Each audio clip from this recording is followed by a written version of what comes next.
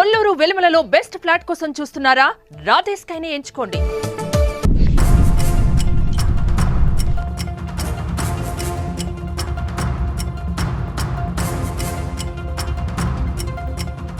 భూమి మీద నూకలుంటే ప్రాణగండాలైనా అధిగమించవచ్చునన్న సామెత ఆ యువకుడి జీవితంలో రుజువైంది. నడి సముద్రంలో చిన్న పడవతో సముద్రంలోకి వెళ్లిన ఓ యువకుడు హ్యాంప్ బ్యాక్ తిమింగలం నుంచి బయటపడ్డాడు. చీలీలోని పటగోనియా తీరానికి సమీపంలో ఈ ఘటన జరిగింది. ఈ వీడియోను చూసిన నెటిజన్లు చావు అంచు వరకు వెళ్లి వచ్చాడంటూ కామెంట్లు చేస్తున్నారు.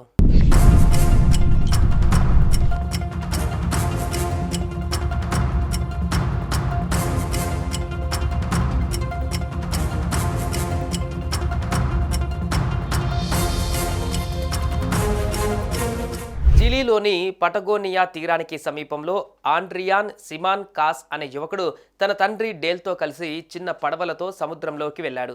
వీరికి అనుకోకుండా ఎదురుపడిన తిమింగలం ఆండ్రియాన్తో పాటు పసుపు రంగులో ఉన్న అతడి పడవను కూడా తిమింగలం నోట కరిచి కొన్ని క్షణాలలో వదిలేసింది. కొడుకుకు కొద్ది దూరంలో ఉన్న డెల్ ఆ దృశ్యాన్ని వీడియోలో బంధించాడు.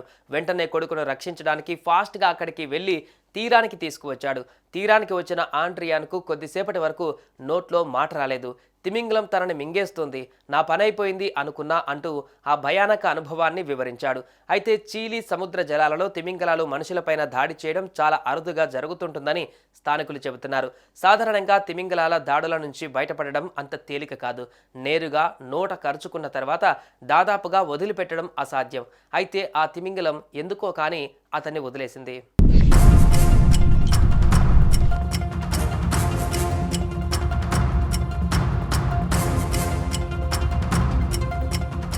శాంటియాగోకు దక్షిణంగా దాదాపు 3000 కిలోమీటర్ల దూరంలో ఉన్న సంధి చీలీ పటగోనియాలోని ఓ ప్రత్యేక పర్యాటక ప్రాంతం. ఇది సాహస కార్యకలాపాలకు ప్రసిద్ధి చెందింది. అయితే దీని శీతల జలాలు వివిధ మార్గాలలో దాన్ని దాటడానికి ప్రయత్నించే నావికులు, ఈతగాళ్లు, అన్వేషకులకు సవాలుగా మారాయి. ముఖ్యంగా ఇక్కడి సముద్ర జలాలలో తిమింగలాలు ఎక్కువగా తిరుగుతుంటాయి. అయితే అవి మనుషులపైన దాడి చేయడం చాలా అరుదుగా జరుగుతుంటాయని స్థానికులు చెబుతున్నారు. చేపలు తింటున్నప్పుడు అనుకోకుండా కయాక్ను మింగి ఉండవచ్చని, తినేటప్పుడు తిమింగలాలు చాలా వేగంగా ఉపరితలంపైకి వస్తాయని అంటున్నారు. ఆ మార్గంలో ఉన్న వస్తువులను అనుకోకుండా ఢీకొడతాయని, తిమింగలాలు తిరిగే ప్రాంతంలో ప్యాడిల్ బోర్డులు, సర్ఫ్ బోర్డులు ఉపయోగించకూడదని అందరూ గుర్తుపెట్టుకోవాలని సూచిస్తున్నారు. సుమన్ టీవీలో మీ పర్సనల్ అండ్ బిజినెస్ ప్రమోషన్స్ కోసం కింది నెంబర్కి కాంటాక్ట్ చేయండి.